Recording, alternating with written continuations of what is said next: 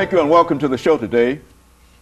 The topic today is the truth behind gang violence, and we're fortunate to have with us today 7 members or former members of gangs to talk to us and give us some information about the truth behind gang violence. On this first segment, we have Mr. RBritton and Mr. Darius Hall, both members or former members of gangs, and they're going to at least lay down the foundation in terms of what we are trying to accomplish today. Let's start off with you, Mr. Britton, by having you to give us some information about your background, your situation, and then, of course, Darius will give us similar kind of information. Then we'll have an opportunity to make a few statements, and then we'll have our second segment. Let's start with you.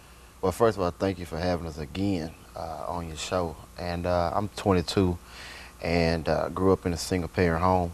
And, you know, I had a great mama. She raised us right. Kept me in church and all that kind of stuff, but somewhere down the line I got caught up, got introduced to gang life. You know, I lived that life for some time, a long time, and somewhere down the line I was able to flip over and to start doing something positive and making money legit wise.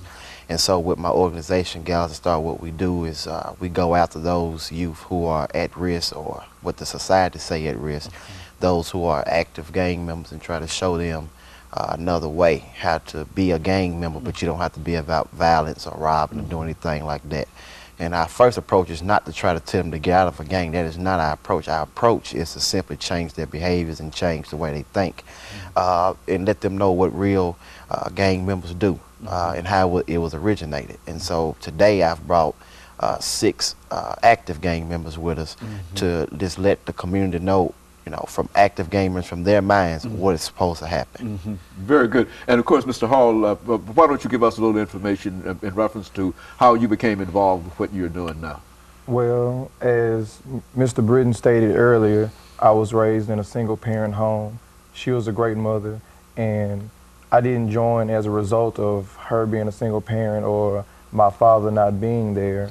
It was just that, like he said, I went down the wrong road and it was my choice. And I guess you could say it was like me becoming a product of my environment. And I mean, it was a choice I made, and it's not a choice I regret.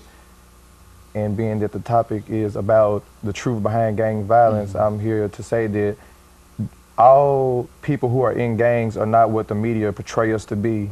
Just like it's, what's the word, stereotyping. Just like, just because I'm black and with dreads, people might stereotype me to be something, but just because I'm in a gang doesn't mean that I'm the person running in your house or the person shooting you or anything like that, because all gangs are not the same. If anything, they're families and organizations that they're not putting us at risk, but saving us from certain things.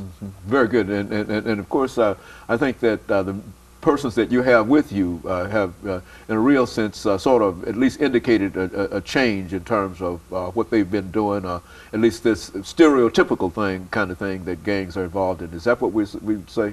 Yes, sir, that's definitely what we would say. And these young men that are here with me came to my facility looking for help, looking for another way. They have the desire because they notice what's going on in the communities.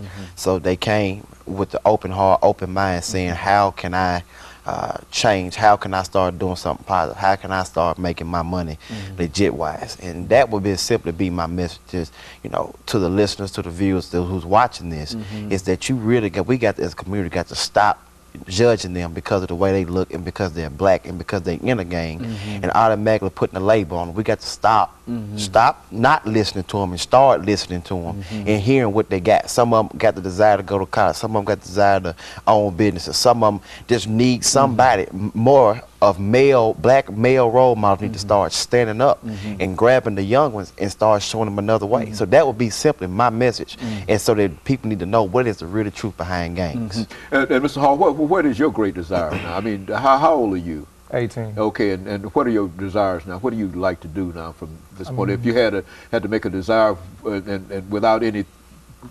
possibilities of any kind of obstacles or whatever, what would you like to do in life? I'd probably go into the medicine field, and to add on to what he was saying, even though I am in the gang, I still go to school. I make good grades. I'm going to college. I help give back to my community. Like, if you were just to see me on an average day, you or anybody else wouldn't know that I was in the gang unless I told you or unless I sat down and, you know, did the show like I'm doing. That's what I was going to say.